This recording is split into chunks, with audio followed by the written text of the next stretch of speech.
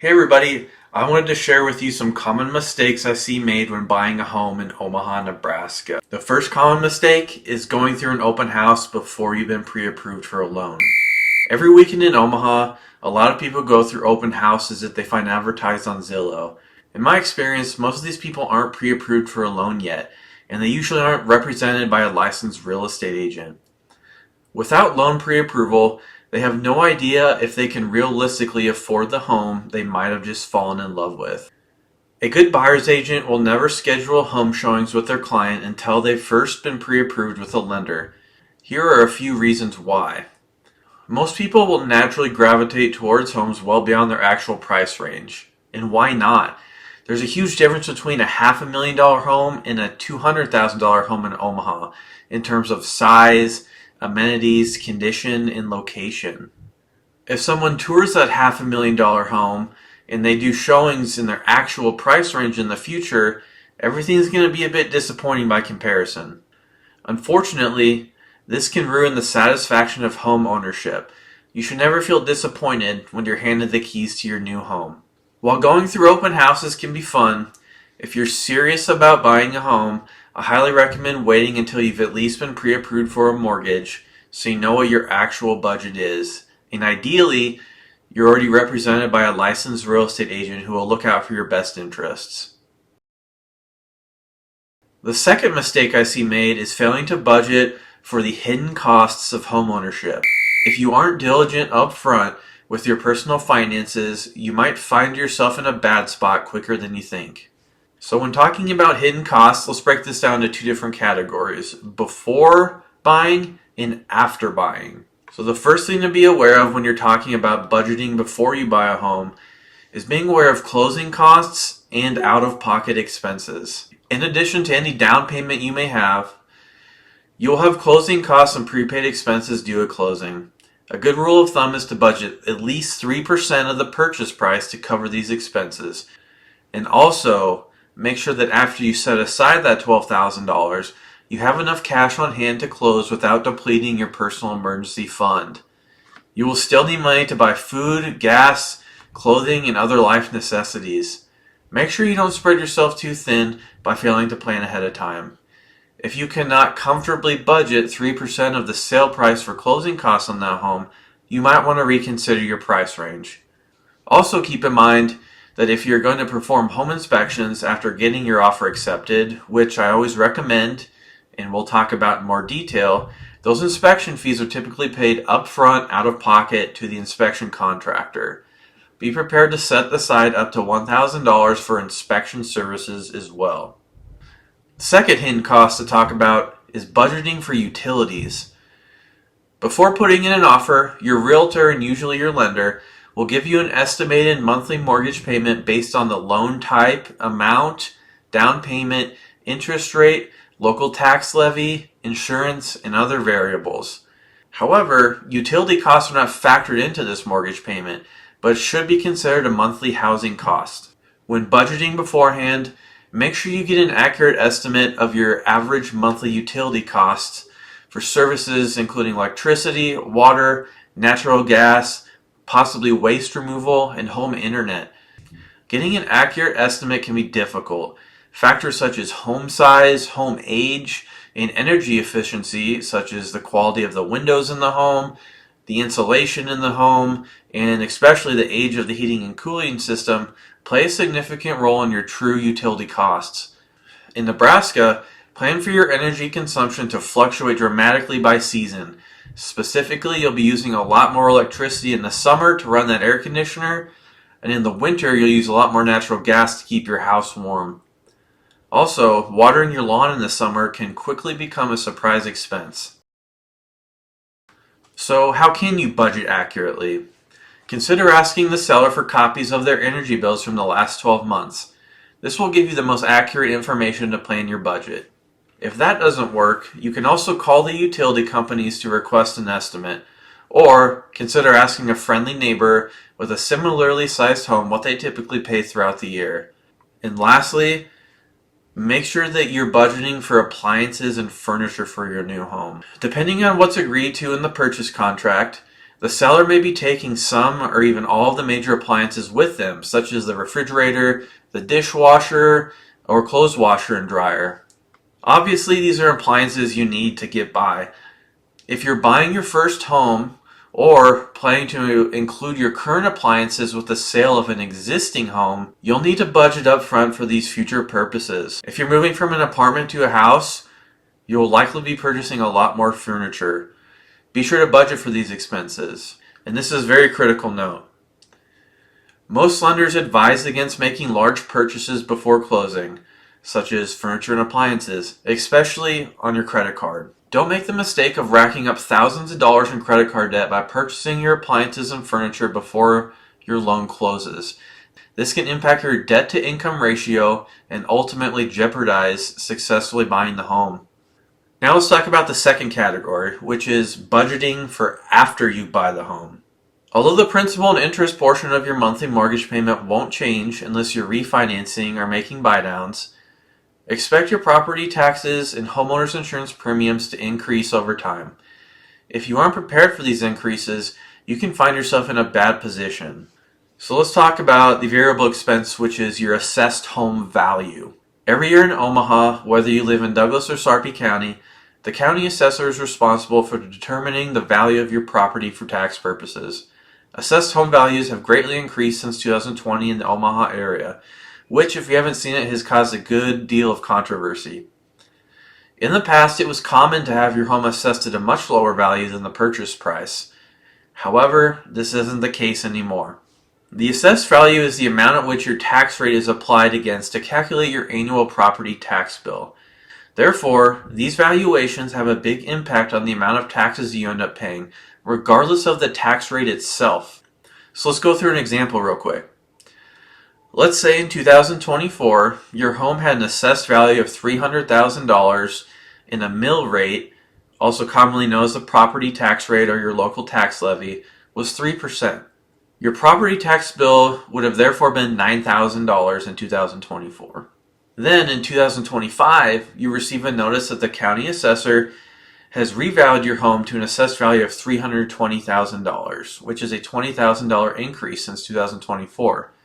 An increase of this amount is not uncommon. Assuming that the mill rate stays the same at 3%, you will be paying an additional $600 in property taxes that year, which breaks down to $50 a month. While that might not seem like a lot, over time, those small increases to your assessed value can greatly increase the amount of property taxes you pay each month into your mortgage escrow account. The second variable expense to budget for is the mill rate, or more commonly, your property tax rate. In Nebraska, property tax rates are determined primarily at the local level through a combination of city and county governments, school districts, and other established taxing entities such as public municipalities and sanitary improvement districts. You'll see that throughout Omaha, the tax rate can vary greatly. This is because it's based on local government spending, the level and quality of services provided, and the area's total tax base. The property tax rate is calculated by taking the total revenue needed to fund these combined public budgets and dividing that by the total taxable property value within the jurisdiction. Now, it's common to see that your property taxes will increase almost every year. Common reasons for these increases include ballot initiatives, which you do get a vote on as a taxpayer, that might fund community and economic development projects in the area. Higher city and county government operating budgets due to inflation, or additional capital is needed to construct new schools or even give teachers a raise. And the last variable expense to talk about is homeowners insurance. Homeowners in Omaha have experienced a significant rise in insurance premiums the last 2 years. In 2024, the average homeowners insurance premium in Omaha was $4,479 per year. When comparing that to the national average of $1,754 a year, we are paying a lot more in Omaha. And why is that? Several factors have contributed to this trend, including more frequent and severe hailstorms, tornadoes, damaging winds, and flooding events. These increases in claims caused by storm damage prompt insurance companies to raise their prices to cover potential losses. Also consider the rising cost of repairs, largely caused by inflation, and supply chain disruptions following the pandemic. Be prepared to see homeowners insurance rates continue to increase in Omaha. A few strategies to avoid major insurance coverage increases include shopping around for deals, bundling your insurance policies, and even making certain home improvements. A third common mistake I see when buying a home in Omaha is waiving home inspections to save some money.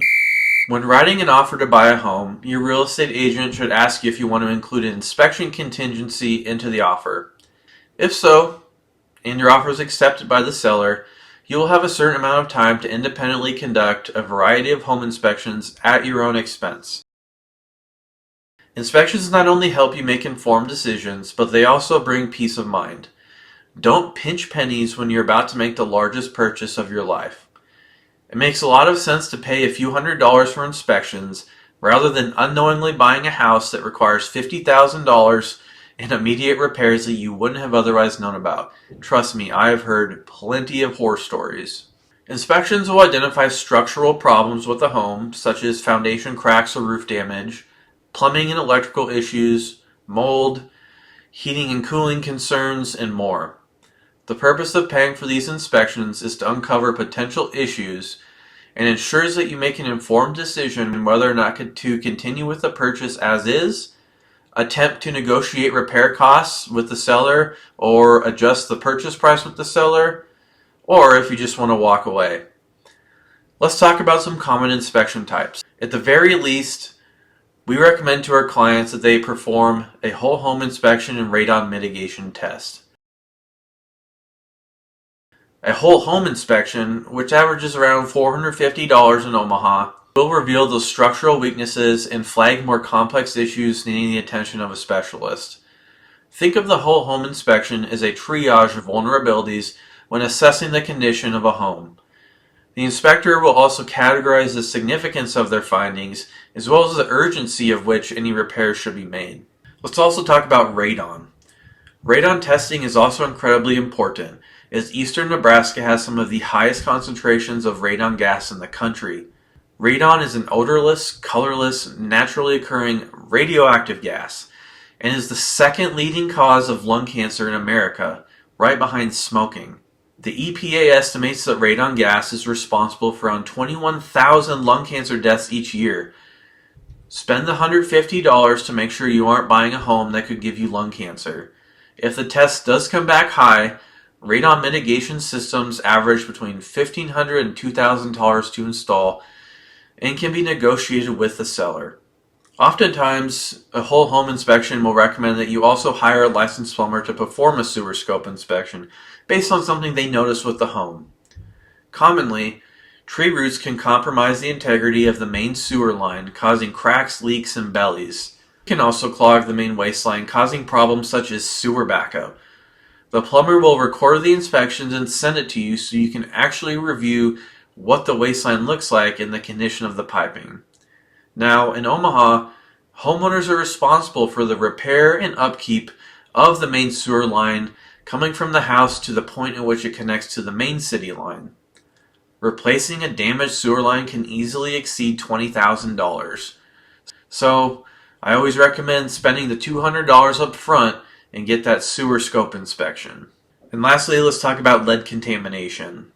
In certain parts of Omaha, lead contamination is something to be aware of when you're buying a house. Exposure to unsafe levels of lead can cause serious medical issues.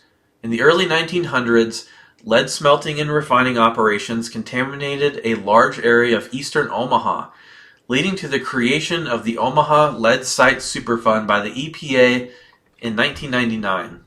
Between 1999 and 2015, the EPA tested and remediated over 13,000 properties in the affected area. Unfortunately, not all property owners cooperated with the project.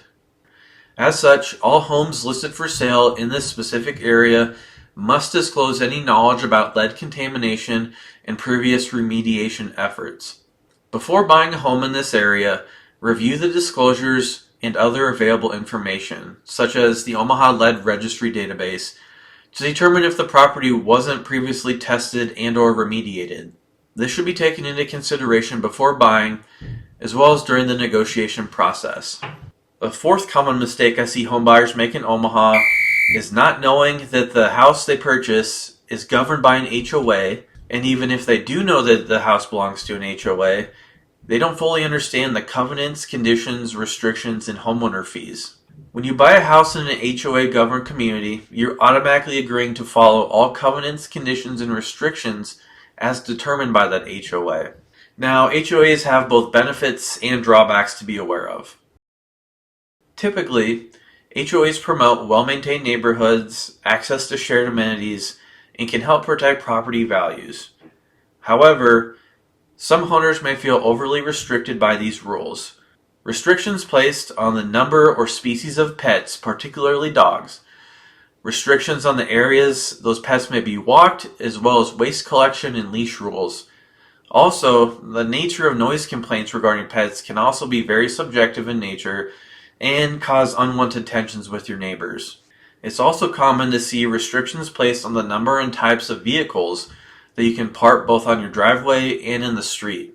In many HOA neighborhoods across Omaha, you're not allowed to park a trailer or a camper either on your driveway or on the street. So that's something to definitely be aware of. Also, some HOAs come with design restrictions, specifically rules governing the exterior appearance of your home, such as paint color, the presence of sheds and outdoor pools, what your fence looks like, and even landscaping.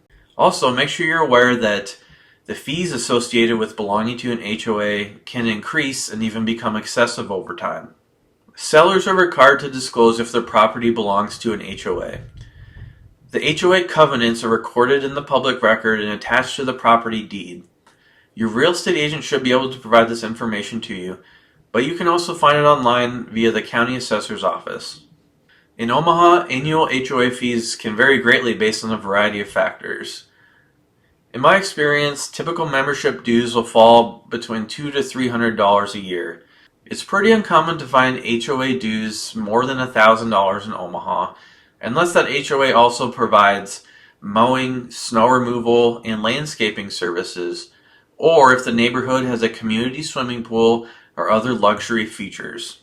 The bottom line is this: if you're thinking about writing an offer for a home that is governed by an HOA, make sure that you carefully review the covenants and other restrictions of the HOA, and also stand the true costs involved.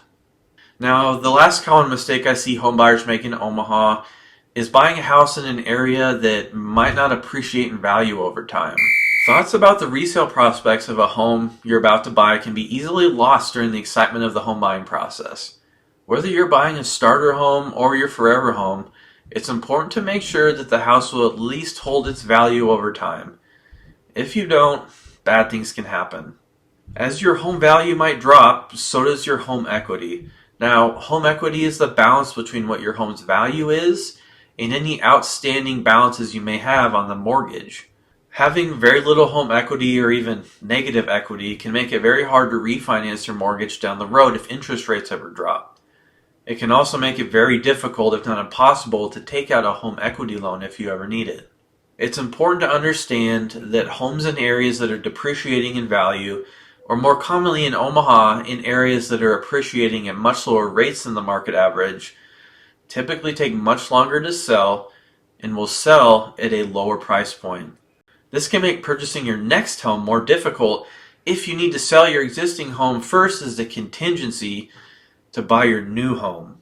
There are a few strategies to avoid this. The most obvious is to hire a knowledgeable real estate agent who has significant experience in the local market and pays close attention to local housing trends. Also, make sure you check the comparable sales data. Recent home sale activity of similarly sized and styled houses located in the same neighborhood or within a small mile radius of the subject property is a strong and reliable indicator of appreciation. Simply put, make sure that on average, homes in the neighborhood are reselling at a higher price than what they were originally purchased for. Another good indication of growing demand that can indicate future value increases is the presence of new homes, apartment complexes, and commercial properties being built nearby. Also, urban development projects in the area, such as new schools, roads, parks, and even public transit systems, can also be a positive indicator of value. In conclusion, make sure that you treat home buying as a business decision and not an emotional decision. Don't purchase a property if there are legitimate risks of losing the equity you could build over time and might have to sell the home at a loss in the future. If you made it to the end of the video, thanks for watching. My name is Brad Pierce. My wife Sarah and I are owners of the Pierce Group, brokered by eXp Realty, right here in Omaha, Nebraska.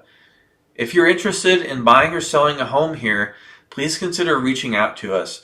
We love to schedule a consultation to get to know your homeownership goals. Again, thanks for watching, and we'll see you next time.